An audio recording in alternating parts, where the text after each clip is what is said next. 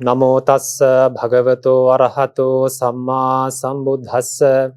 Namo tassa bhagavato arahato samma sambuddhassa. Namo tassa bhagavato arahato samma sambuddhassa. May I get the permission from Mahasangha and all the Dhamma friends. Today, this is the first time I speak to this Dhamma audience, and I'm really glad when I got to know about the segments who are representing this Dhamma audience, and I'm really happy to give a Dhamma talk in order to propagate the Dhamma, such kind of a Dhamma audience. So today I'm going to discuss about this audience, discuss about the fourfold purification morality, which is the foremost classifications of the virtue or the morality in our sasana. So before I go to the main topic today, I need to emphasize about the procedures for a Dhamma talk, which is the idea of the Buddha. We have a verse like Adim hi silan dassaya majhe maggam vibhave pariyosanam hi kalyanam esa katika santiti. That is, this verse can be seen in different commentaries and the sub-commentaries. What is meant by this verse? This verse is giving how the Dhamma talk or the preaching should be sequenced or should be scheduled as per the Buddha's idea. Adim hi silan dassaya means at the beginning, in the first stage of the Dhamma talk, the preacher or the speaker should emphasize about the virtue or the morality. So it can contain about the benefits of the sila. What is the sila first? And what are the classifications? What are the definitions for the sila? And what are the benefits we can attain through this kind of a virtue or the morality? And what are the disadvantages or drawbacks if someone doesn't maintain this kind of morality or the virtue? So this thing should be the first stage, and the speaker should emphasize about this morality. That is the meaning of Adim hi silan dassaya. The second part or the middle part is the majhe maggam vibhave. In the middle part of the sermon or a Dhamma talk or the preaching, it should contain about the path, because for the morality, we know it is a fundamental thing or the foundation for this practice, which is given by the Buddha. Without the sila, without the morality, we cannot achieve the higher states or we cannot reach to the higher results in this sasana or the practice.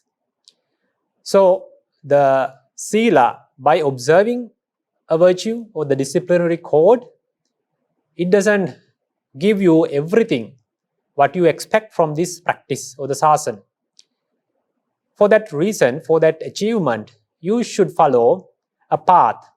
You should follow a practice which is admonished by the Buddha.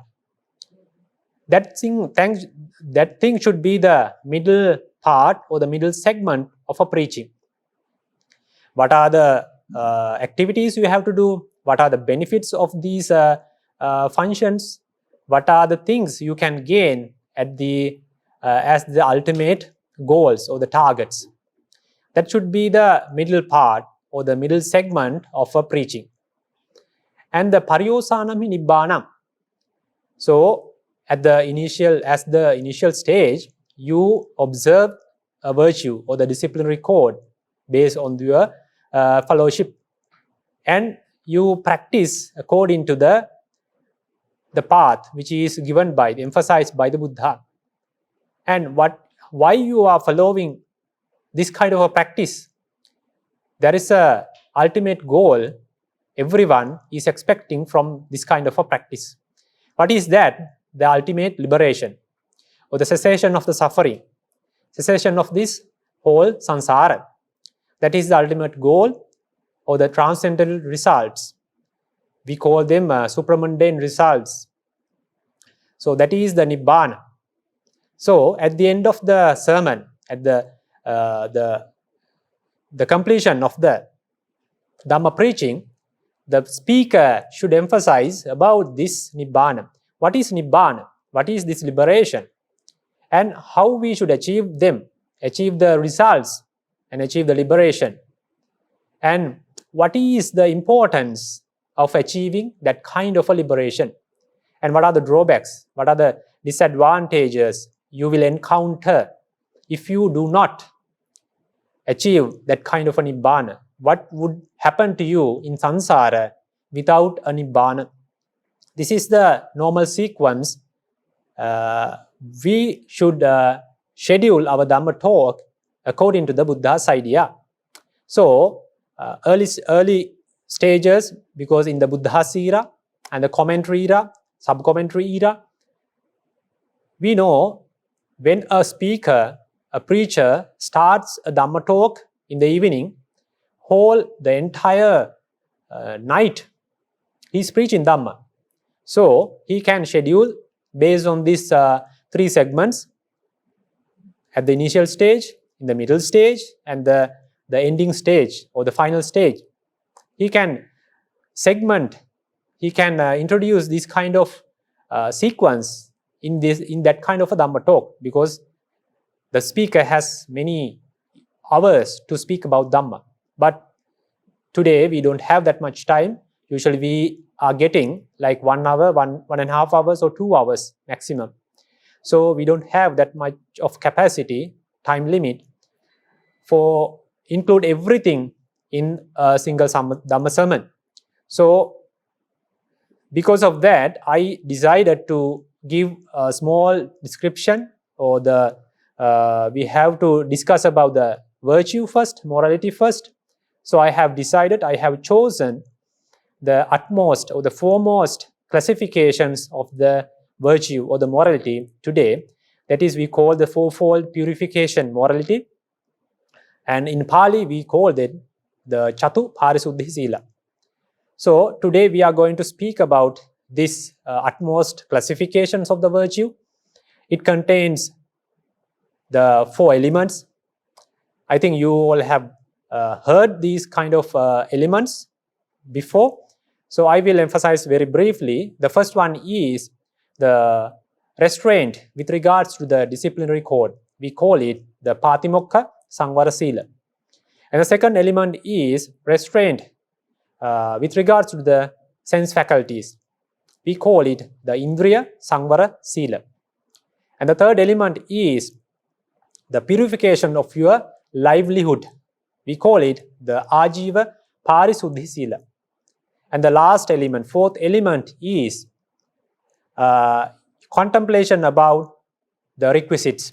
We call it the Pacchaya Sannissita Sila. These are the 4 elements which contains in this classification. So at the beginning, we are going to talk about the Patimokha Sangvara Sila, restraint with related to the disciplinary code. When we talk about the disciplinary code, it depends on the follower. For a lay follower, according to the Buddha's admonishment, the fixed disciplinary code is the the 5 precepts. The 5 precepts, you all know what are the elements, what are the segments, and how it should be followed and maintained. And for a novice, for a lay follower also, occasionally they can observe 8 precepts, 9 precepts, and also 10 precepts for lay followers. For a novice, there is 10 precepts which is allocated for the novices. It is somewhat different from the 10 precepts which is observed by lay followers. For a monk, there are so many rules. We call the monastic code, or Upasampada Sila. What we can find throughout the entire world, this is the highest virtue or the disciplinary code among the humans. So this is as a Putujjana, this is the highest Sila you can observe and maintain. So we have a verse which is elaborating how many sikkhaas, how many rules altogether in this Upasampada Sila. Navakoti sahassani asiti sattakotiyo. Panya sata sahassani chattinsacha punapare. We can find this verse in the Visuddhimagga and other commentaries. So this is explaining how many rules for a monk to be followed. In the standard numbers, if we find the numbers in the standard format, we can see 91 billion, 805 millions and 36 rules for a monk. It's a huge number. So in the commentaries, in sub-commentaries, we can see in the whole Vinaya Pitaka, these number of rules which is imposed by the Buddha himself. So it's a very highest Sila, virtue for Upasampada Sila.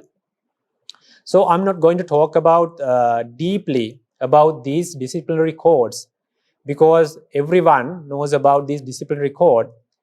So based on the positions as a lay follower, as a novice, as a bhikkhu or a monk, they have to follow the relevant disciplinary code. They have to observe and they have to maintain it in a pure level. So this is what is meant by the Patimokka Sangvara Sila. So if someone is maintaining in a pure way, so his Patimokka Sangvara Sila is also pure. So I'm not going to talk about many things about this segment. So I would like to go into the second segment or the second element. What is the second element? The Indriya Sangvara Sila. So in Indriya Sangvara Sila, we can find so many descriptions about this Indriya Sangvara Sila. Restraint with regards to your sense faculties. We have 5 material sense faculties and 1 immaterial, what we call the mind door or the mind or consciousness. So we connect to the external world. We take the objects from the outside world through these sense faculties. What are those? We take the visible objects through our eye faculty. We take the audible objects from our ear faculty. And likewise, we get the smells from the nose faculty. And we take tastes from the tongue faculty. We take the tangible objects or the touches through our body faculty. And apart from these material sense faculties or the 5 material sense bases, we have a mind door, consciousness. So through this mind door, we take the mental objects. We call them the thoughts. We call them thoughts. So through these 6 sense faculties, we connect with the external world. So Buddha is emphasizing how to protect or how to observe and how to maintain this kind of Indriya Sangvara Sila. In Samanya Pala Sutta, in Digha Nikaya, we can find some descriptions about this Indriya Sangvara Sila. Katancha bhikkhave bhikkhu indriyesu gutta dwaro hoti. So, my dear disciples, how a bhikkhu or a monk should maintain or behave with this Indriya Sangvara Sila, with closed sense faculties or with closed eyes, closed ears, closed nose, etc. And Buddha is emphasizing about this Indriya Sangvara Sila, like ida bhikkhave bhikkhu nanimitta chakkuna rupam diswa nanimitta gahi hoti nanu vyanjana gahi hoti. I'm not going to give all the Pali text from the Digha Nikaya, but I'm going to discuss about the meanings about this. The Buddha is emphasizing to maintain a closed eye, a closed ear. Likewise, all the doors and the 5 sense faculties from the material and the mind door, it should be closed. So how we should maintain this Indriya Sangvara Sila according to the Buddha's admonishment, advice? So should we close our eye and avoiding looking at the visible objects, so we can keep our mind without the defilements, because the visible objects will be the cause to create or the emerge some defilements in our mind. So is it the way? So without hearing anything, by closing our ears, should we maintain our Indriya Sangvara Sila?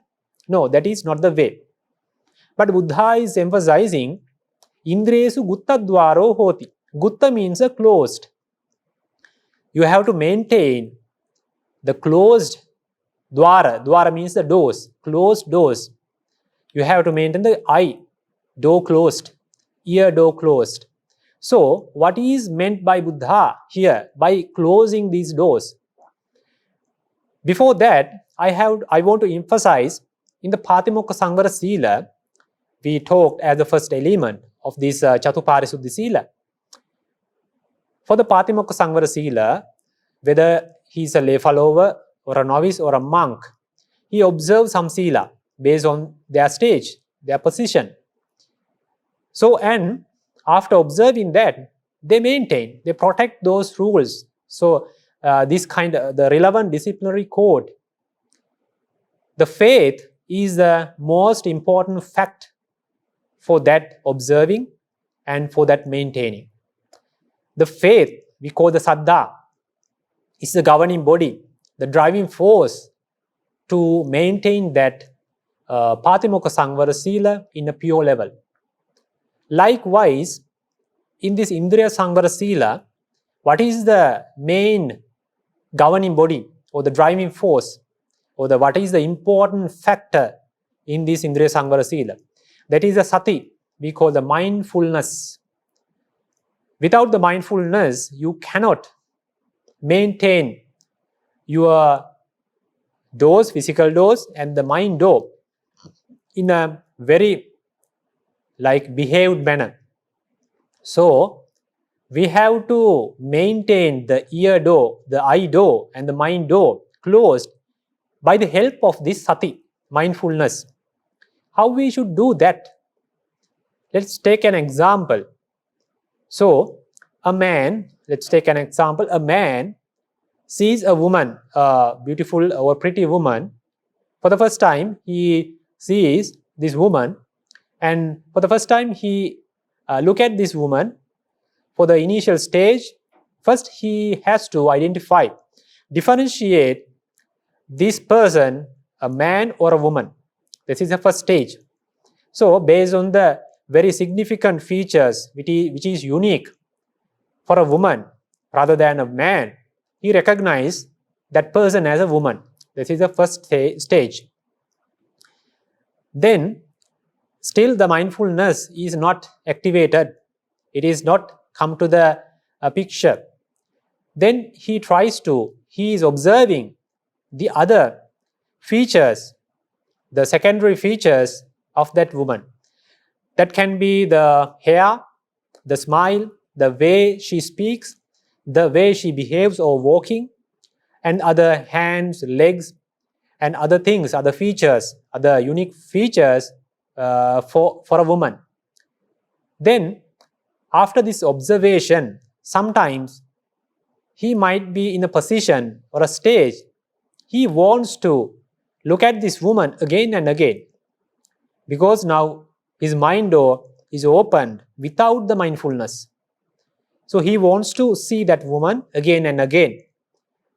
And sometimes he wants to talk with her, and that is not the end. He wants to talk with her again and again. And sometimes, without the control, without imposing any restraints about his faculties, sense faculties, he is trying to talk with her again and again, and sometimes the attachment will develop inside his mind. and he wants to make or create, start an affair with her, with the time. So these attachments or the craving or this liking, the need or requirement is happen with the time. So the first stage or the initial step was he just look at a woman without the mindfulness. His eye door is open without the mindfulness.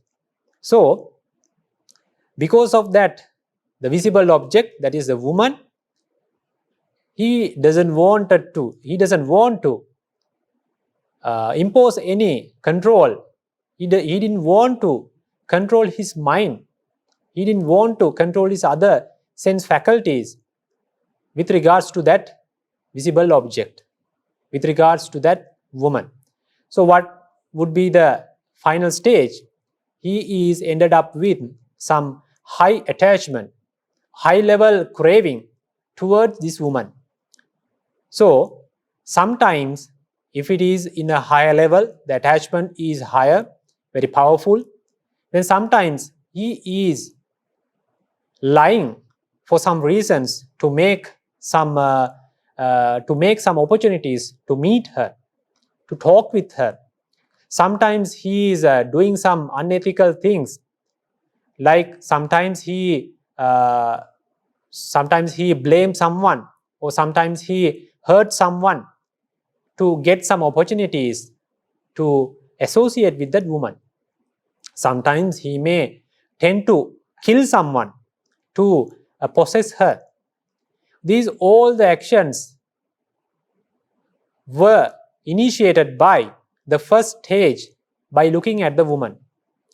If the mindfulness is activated as the guard or the gatekeeper through these mind door and all the other physical doors like eye door, ear door, nose door, then he might have protected his doors and the mind with these all the other objects from the external world. We know, let's take an example. For a city, for a kingdom, there are few gates to enter to that city or the kingdom. So some gatekeepers or the guards have their duties in these doors. They have the full authority to take the decisions. What kind of a person should enter through this door or the gate, and what kind of a person he can avoid and he can stop by entering the kingdom or the city. Likewise, the gatekeeper, the sati or the mindfulness, is the gatekeeper or the guard for our doors or the sense faculties. If the mindfulness has the full authority, if the mindfulness is activated, so when the objects come to the ear door, eye door, or the mind door, the mindfulness check about this object, whether it will be a cause to emerge some defilements in the mind, or whether it is a good or wholesome object which will improve some wholesome thoughts or the good deeds from the action, verbal action, or the thoughts. This is the way the mindfulness works. So that is why I said this is the governing body or the driving force to maintain that Indriya Samvara Sila. Let's look at the first example about that man and the woman. If he was giving the full authority to the mindfulness, if he is with the mindfulness, what would have been happen? When he sees the woman, he knows that woman can make some defilements in my mind. So mindfulness works as a guard, as a protector or the gatekeeper in that eye door, and he informs the mind that will help or that will be a cause to emerge some new defilements in the mind. So by looking at the woman again and again, by trying to get some association with that woman will help to improve some liking or attachments towards this woman. So he decided not to talk with her, not to look at again and again in that woman, look at that woman. So he will be in the safe zone because he protected the idol. That is why Buddha meant by Guttadwaro, Indriyesu Guttadwaro. You don't want to close the eye door physically. You don't want to close the ear door physically. But you have to close that doors by the help of the mindfulness. That is the way you maintain your Indriya Samvara Sila, restrained with regards to the 5 or the 6 sense faculties. So the sati or the mindfulness is the governing body. If the mindfulness is activated, is in the authority, this Indriya Samvara Sila will be pure. What is the end result? So with that woman, he would have been ended up with the violation of the Patimokha Samvara Sila. Because of the huge or the great attachment towards that woman, he might have violated some rules. He might have lied, he might have stolen something, he might have killed someone or hurt someone. And sometimes he might go to a sexual misconduct. So these end results, because then his Patimokha Samvara Sila is not pure. It is violated. What is the reason? His Indriya Samvara Sila is not pure. That is the interrelation or the mutual connection between the first element and the second element. If you are maintaining your Indriya Samvara Sila in a good way, in a pure way, it will be very easy to that person to maintain or to protect the disciplinary code or the Patimokha Samvara Sila. And when we talk about the third element, it is the Ajiva Parisuddhi Sila, the purification of the livelihood. How we can describe this one? So as a monk, we have main 4 requisites. Those are we need the robes to wear, we need alms to eat, and we need dwelling places to stay, and we need medicines for the sicknesses. So these are the 4 elements which is allocated for monks by the Buddha. But when we compare with the lay follower or lay person, they don't have that only these 4 requisites. They have many. They have children, they have a family, they have a job, they have to maintain these kind of social status and the economical status. They have to teach their children, they have to maintain a job, or they have to maintain a vehicle. There are many requisites for a lay follower. So for a monk, Buddha has admonished how we should provide or fulfill these 4 requisites. Buddha has emphasized, he has given the advices, what are the acts, what are the ways, what we can fulfill these requisites, and what are the things, what we can't do in order to fulfill these 4 requisites. We were talking about the third element, which is the livelihood, about the purification of the livelihood. We were talking about the first stage is avoiding the what are the rejected occupations by the Buddha for a lay person. And the second stage is, even though you are doing an ethical occupation or a wholesome job or that kind of a thing, sometimes you will meet some stages, you can do some unwholesome things or the unethical things just to earn some more money. You can do the bribing, okay, or you can do some bad things for your colleagues to get the promotion or something, and you can do some prepare some wrong or the documents, you can do some frauds. These kind of things, even though you are doing a good job, you can do within that job, you can do some unethical things, unwholesome deeds by your action and by your words in order to maintain, in order to make some more money. So this is not in the level of maintaining the purification of the livelihood. So if someone is following this kind of practice in order to just to make money more, his livelihood is violated, or the dirty thing, or it is not pure. So what is the interrelation between these first three elements with this the livelihood purification?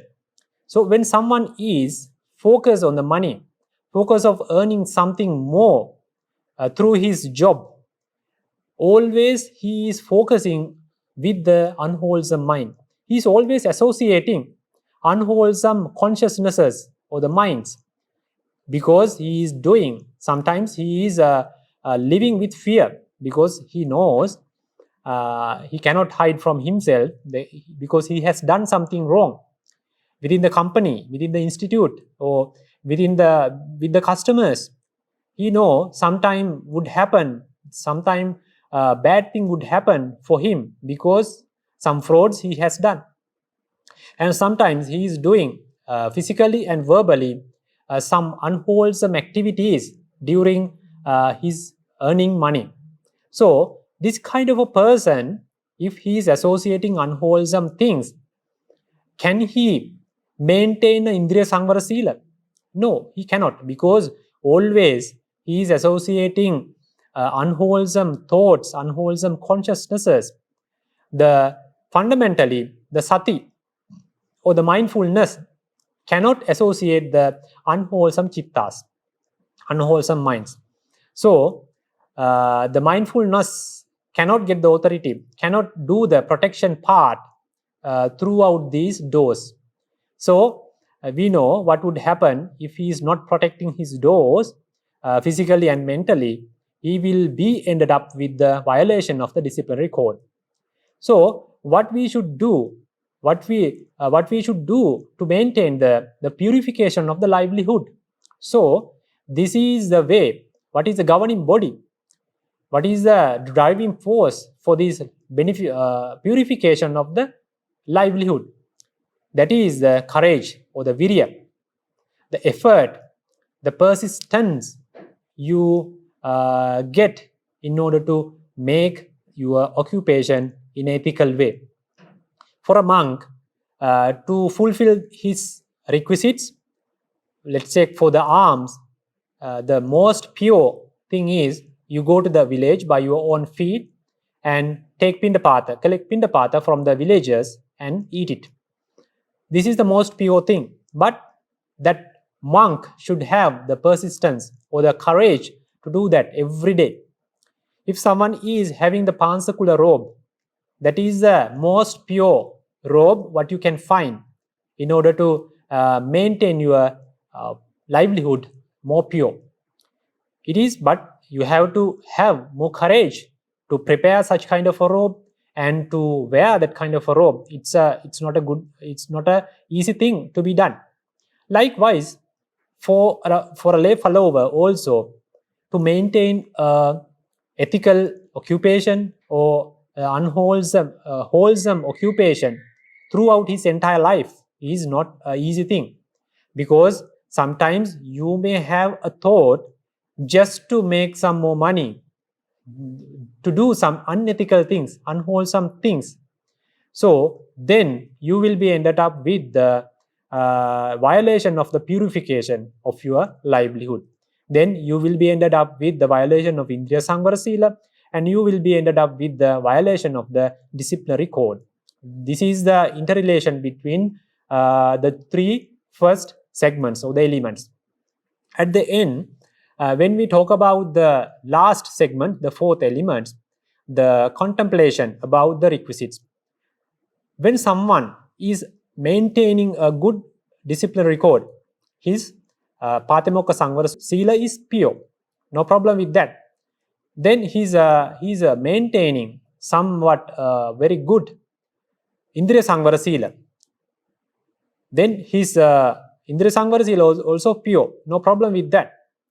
Also, he is following an ethical way just to make money, to fulfill his day-to-day requirements. So his Ajiva Parisuddha Sila is also pure. No problem with that. But at the stage of consuming those requisites, what he has fulfilled by ethical way, in an ethical way, at the time of consuming, let's say when he is eating something or consuming food, if he is not contemplative enough or wise enough to focus on the real requirements about this food, why I'm taking this food? Just to maintain his life, just to maintain the physical and mental health in a good way. Why he has to get those kind of food? Just to maintain the life. That is the foremost objective or the primary objective of that particular requisite. You can contemplate about the other requisites in the related way. You can contemplate about the clothes or the dwelling places, your vehicle. These are the requisites or requirements you are fulfilling for your day-to-day requirements. So, if someone is not contemplative enough about the food, he is not focusing about the real requirement, the primary objective of the food. He is just focusing on the taste or the amount or the expensiveness or the place where he can take those kind of food. So he is just focusing about not even the secondary thing, not even the tertiary things, the far beyond that objectives. He is just focusing on the food, about the taste. So he is just taking the food as much as he can. He is not focusing about the primary objective. And sometimes he want to take some expensive things just to show off, just to maintain their social status with the other friends or the relatives. So he is not focused about the primary objectives.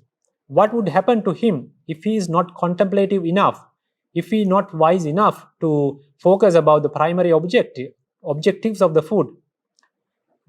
He is at the stage of consuming the food, he is associating some craving, unwholesome thoughts, because he is consuming that food with attachment, with the craving, and with the greediness, just to focusing about the taste or some other unrelated reason, objective. So his first three elements are pure. No problem with those first elements. Even when he is fulfilling this kind of food, he acted as a pure person. His Sajiva Parisuddha Sila is also pure.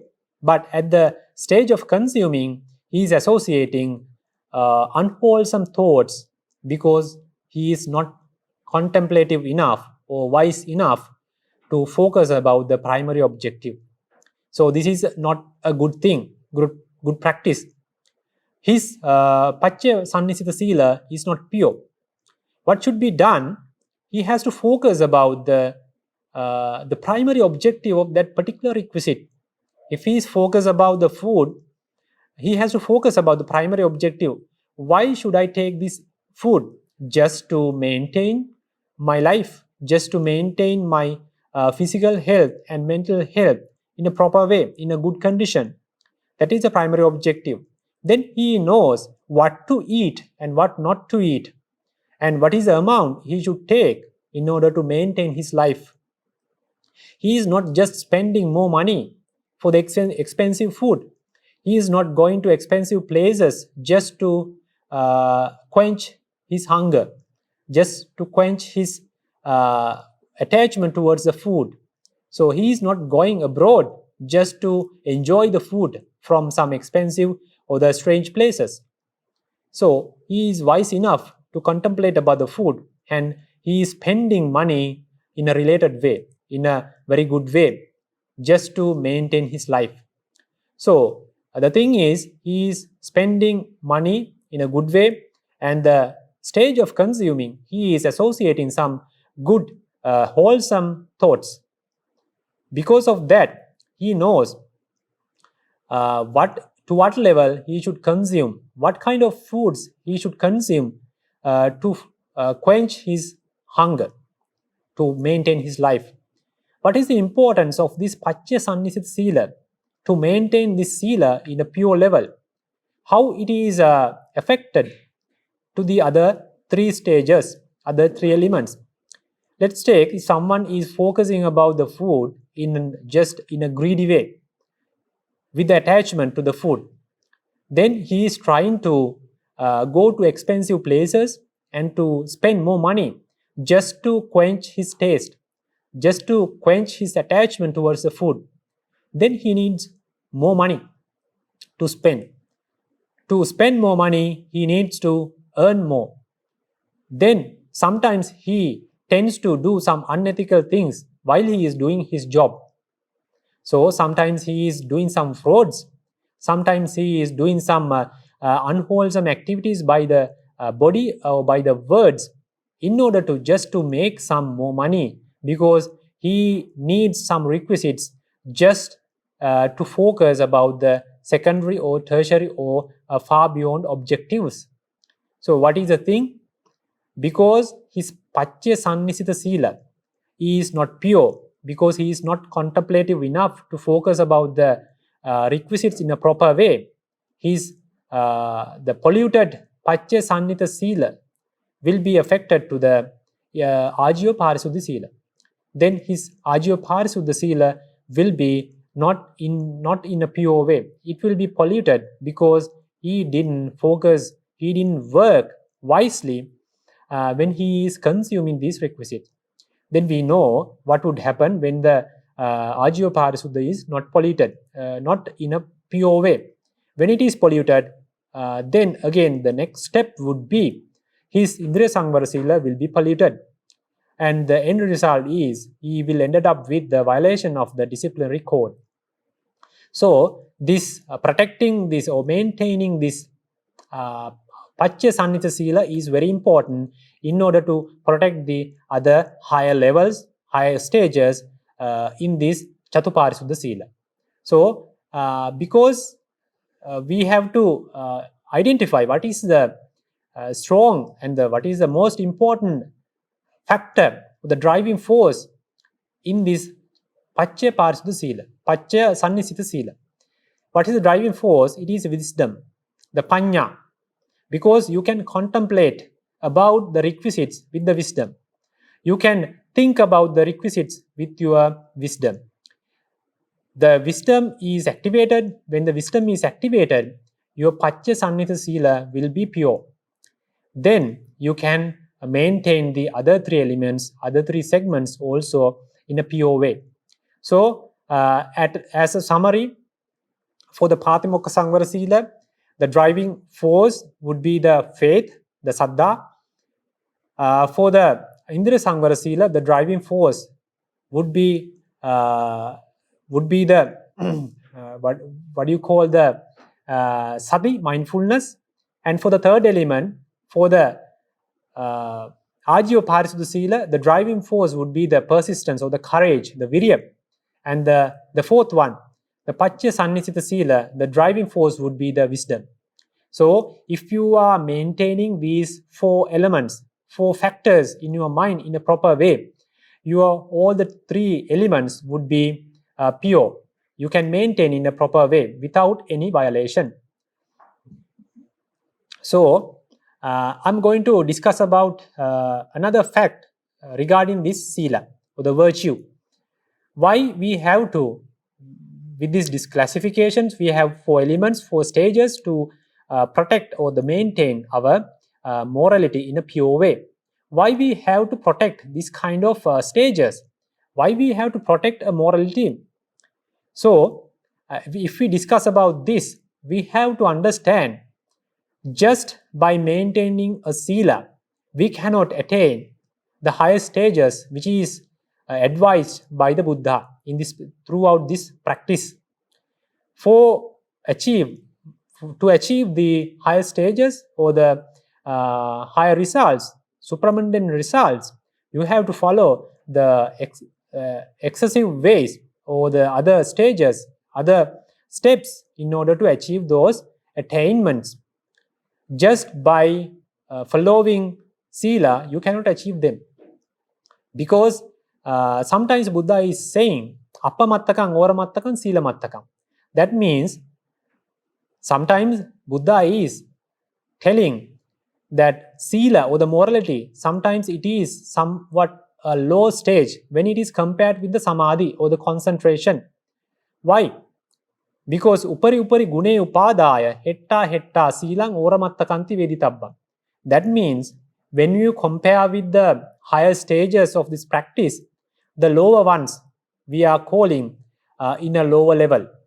Because when you compare with the concentration, you can achieve the excess concentration, absorption concentration by developing a meditation, samatha meditation, by developing the tranquility. By sila, you can never achieve that kind of concentration because it is another function. The morality, the function of the morality is different, and function of the concentration or the meditation is different. You can never achieve the functions or the results of the meditation by the sila. In order to achieve the results from the meditation or the concentration, you have to do the meditation. By just following a disciplinary code, by maintaining in a pure level, you cannot achieve the other higher results. What should be gained by the concentration. And when we compare the samadhi with the wisdom, it is also by the Buddha, it is also considered as a lower level when it is compared with the wisdom. Why? Because the insight wisdoms or the insight knowledges we call the vipassana jnana, and we call the penetrative insights and all the other supramundane results. That means all the paths and the results which are the transcendental results, we can achieve only by the wisdom, only by developing the wisdom, only by the vipassana. You can never achieve if you have the jhanas, if you have the absorption levels, if you have atta samapatti, you can never achieve the paths and the fruitions or the ultimate liberation or the transcendental results, supramundane results, by just developing the concentration. You have to do the wisdom. You have to improve the wisdom by doing the vipassana meditation, insight, penetrative insight meditation, in order to achieve the insight knowledges, all the paths and the fruitions. It is a different function. The morality, the function of the morality is different. Function of the concentration is different. Function of the wisdom is different. So, in order to achieve those results, you have to follow that particular function. Without that particular function, you can never achieve the results. I can give you an example with the time I have, with the remaining time. We can focus about the pond, which is a muddy pond. Always the other streams or the canals taking some new muds from various places from the outside. So because of that, that particular pond is always muddy, polluted. So a person wants to make it pure, make it clean. So without blocking the entries, without blocking the streams where the new muddy comes from the outside, he can never achieve the pure level of that pond. What should be the first stage? He should block the new entries, new muddy, which is taken by the other streams. The first step is just block the other streams, other canals, which are taking muddy things to that particular pond. So he blocked the entries to come new muddy. So now still it is not pure, it is not clean. The first step he is taken, but still the pond is not clear. Now he make a cover. He is protecting the pond by the animals, by the leaves, by the wind or some other external things. Some other stones might fall into the pond. So he make a cover just to protect the pond. And he let some time, weeks, several months. After several months, he will come and he sees all the mud which were in the pond. They were accumulated at the bottom. this bottom layer. At the bedrock, we can call it at a bedrock. So as a layer, all the mud is accumulated at the bottom. So by just looking at the pond, someone can understand, oh, this is a very clean pond, pure pond. But just stepping into the pond, again that mud will be circulated within the pond, within the water, and it will be come to a polluted level again. So just letting some time just to accumulate all these mud at the bottom is not a permanent solution to make the pond clean, the pond clear. He has to do some other things. He has to remove all this mud which is accumulated at the bottom just to make that pond a permanent, a pure one. So he started the third function, just to removing all these mud from the pond. By removing all the mud, then he can achieve the very clear water, a very clean or pure pond, which is not polluted by the external causes. When you throw a stone to that pond, it will never polluted. When an animal jump into the water, when a human jump into the water, when the wind comes, it will not be polluted, because the reasons for the pollution, all the mud is taken away from the pond. So we can identify three functions. First, he blocked the ways where new muds come. And the second function is he covered the pond with some coverage, and he let some time to settle the mud. The third function is he removed all the mud accumulated at the bottom stage, at the bedrock of the pond. So you have to analyze these three functions. When we compare with our Sila, Samadhi and Panya, the morality, the concentration and the wisdom, these are the three functions we have to follow in this practice. The first thing is, our mind is like the pond, which is always polluted by the external things, which is always polluted by the defilements, because we are getting many defilements throughout the day, entire day. So many things. We are associating with unwholesome minds, with defilements. So first thing is, we have to block some ways where the causes to emerge some new defilements in our mind. That is done by the function of morality. When we are observing a sila, when we are maintaining a sila, as we mentioned in the Chatuparisuddha Sila, you are following a practice, a path, not to emerge defilements from the external world. You are maintaining a very good behavior, because the new defilements will not emerge within your mind. That is the first function. First step you have to take in order to block the mud from the external world. So the second function is, he made a cover for the pond. As like that, the person has to follow a concentration, meditation, just to settle the defilements in the mind. Then he will achieve jhana absorptions and the atta samapatti or the samapattis. Then by just looking at his mind, he can identify, oh, the defilements are not appeared in the mind. They are not emerging now. Sometimes he will mislead to a stage that he achieved some attainments, but it is wrong, because the defilements are settled in the mind, but it is not a complete or a permanent solution for the defilements. With a single defilement, his mind can be polluted by single reason. We have so many stories in the commentaries. Who has the jhanas, who can go by the sky, they have lost all the samapattis, jhanas, by just single defilement. So by covering the pond, a coverage, giving a coverage for the pond, we can follow a concentration, or that we can develop the tranquility, and we can settle the defilements for a longer period. And the third function, by removing the mud from the pond, as like that, we have to remove this defilement completely from the mind by doing the insight meditation, by doing the penetrative insight, we have to develop the inside knowledges and have to attain the transcendental paths and the fruitions, the supramundane results. That is the ultimate solution, the permanent solution, not to emerge defilements in the mind. These are the three functions we have to understand by the morality and the concentration and by the wisdom. So we have to follow these functions in order to achieve the results of the particular function.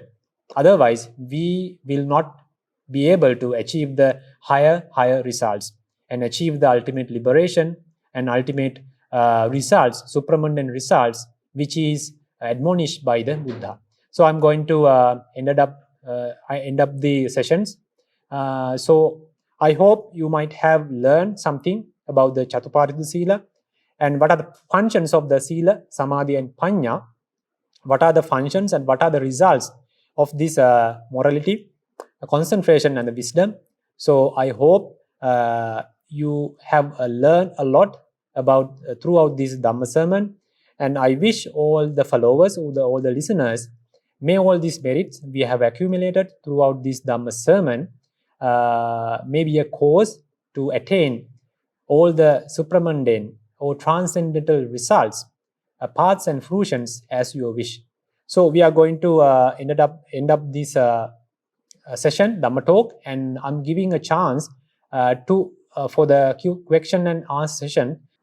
One question here. Yes. Intelligence and wisdom, are they same or different? Intelligence and wisdom.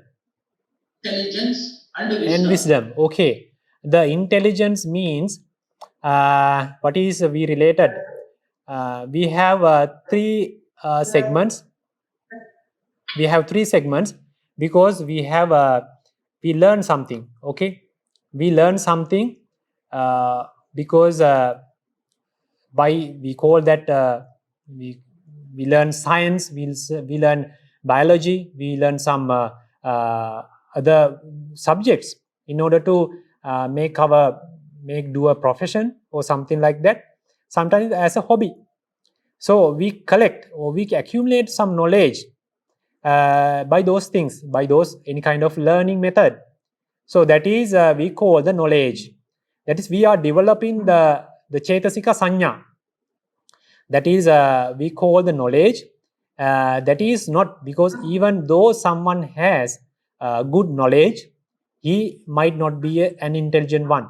Intelligence is somewhat related with the when he is born with some wholesome mind, which is done previously in a previous jivita with wholesome mind, with panya, with wisdom. When he is taking a rebirth by that kind of chitta, wholesome mind, from the birth he gets some intelligence.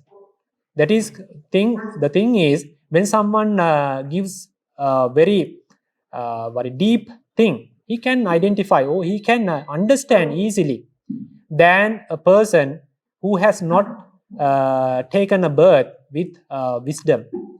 Okay, that is intelligence.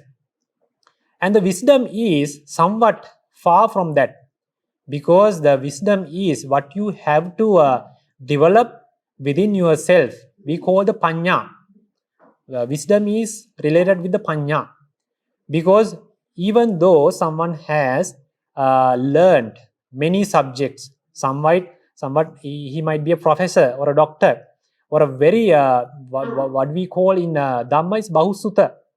If he is a Bahusutta, he cannot be we cannot say in a straight way he is an intelligent one.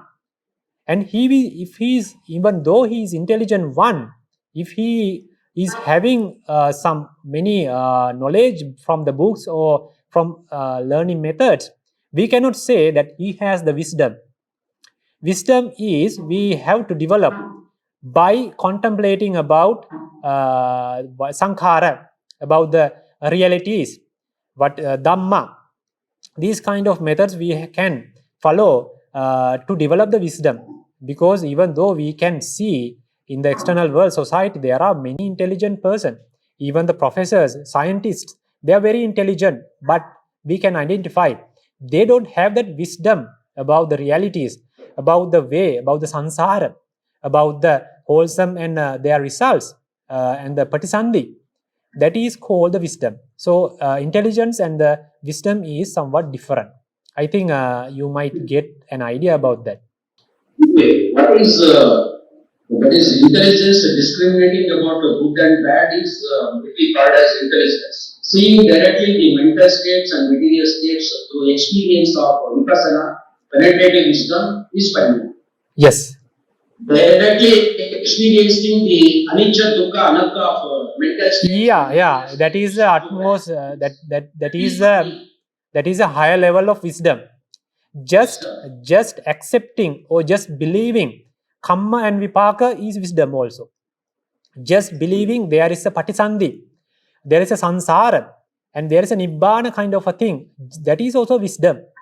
By experiencing anicca, dukkha, and anatta, it is a very higher level. We call that inside knowledges. Just believing or just understanding about the kamma and vipaka, just understanding about the rebirth, just understanding about the nibbana. These are also related with the wisdom, but we don't tell them, we don't call them as inside knowledges, just wisdom. We call the kammasakata panya, that kind of thing. But that anicca, dukkha, anatta, the experiencing or that contemplating about those things, it is a higher inside knowledge. We call them the vipassana jnana. That is a function of the wisdom in a very great extent. But the intelligent person doesn't have those qualities. Yeah, this Sutamaya Panya and Chintamaya Panya is also Sutamaya Panya, he is by just listening, he just have a rough idea. He is also wisdom, part of the wisdom, the early stage of the wisdom. Then he is contemplating, he is thinking about that particular matter. When he has the faith about that particular fact, he is just contemplating about that. He is thinking again and again. He is asking from the others. That is called the chintame prajna. When it comes to the bhavaname panya, he listened or he heard someone, that is sutame panya, and he read it from a book, that is also sutame panya, and he just meditating, that is bhavana, that is chintame panya. And the bhavaname panya is he has some result. Just doing meditation is not chintame panya. Just doing meditation is not bhavaname panya. Bhavaname panya is the result of vipassana meditation. That is, we call vipassana jnana. Insight knowledges about the sankhara, insight knowledges about anicca, dukkha, anatta. Those are the bhavana panya. It is a very he has experienced that one. Yeah, one more question, they have asked. Can you tell us about the jhanas? The description about jhanas. Yes, yeah, we call the samadhi. We have a word, the concentration, that is samadhi.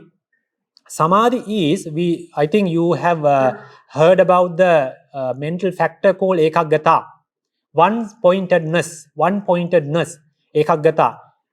For one mind moment, we are just focusing about one aspect of the object. Okay, that is ekaggata. The concentration is we are focusing about that one aspect of the single object again and again, with the consecutive mind moments. We are focusing about that particular object again and again, and we are developing that mental factor. We are developing, because you can experience that at the beginning stage you cannot focus about one single object, but with the time you can experience, you can focus about a single object for several minutes, sometimes 1 hour or 2 hours. You can focus on that. That is the concentration. We call that the samadhi, but still we are not calling that as a jhana. Because with the samadhi, when you are developing that samadhi, you will feel excess concentration. That is, when all the hindrances, all the 5 hindrances, kama, chanda, vyapada, tina, midda, uddhacha, kukkucca, these kind of 5 hindrances are eliminated, not permanently, but in a very temporary way. We call that vikambana pahana. In that excess concentration, we call upachara samadhi. Still, we are not calling that a jhana. Still, we are not calling that absorption level. Then we know that there are, in the mind moment, there are 5 mental factors. We call that jhana anga: vitakka, vichara, piti, sukha, and ekaggata. In upachara samadhi, though we have eliminated all the 5 hindrances, not completely, but we have settled them, but we have not strengthened these jhana anga. So when you strengthen the jhana anga, then you enter to the jhana, absorption level, absorption concentration. We call that jhana. Then your mind is focusing the object, or that particular object you have used for develop or to attain that jhana again and again without any effort. You can make it far more time, far more minutes, far more hours by improving. That is called the jhana. Because concentration is the development of the ekaggata mental factor. The jhana is the highest development of that ekaggata. But still, it is a function of the concentration. You cannot achieve that wisdom with this jhana only. You have to do the insight meditation again and again as a beginner. So I think you might have got the idea. So I think we can end up the session, Dhamma talk. Thank you very much for all giving me the opportunity. Teruvan Saranai.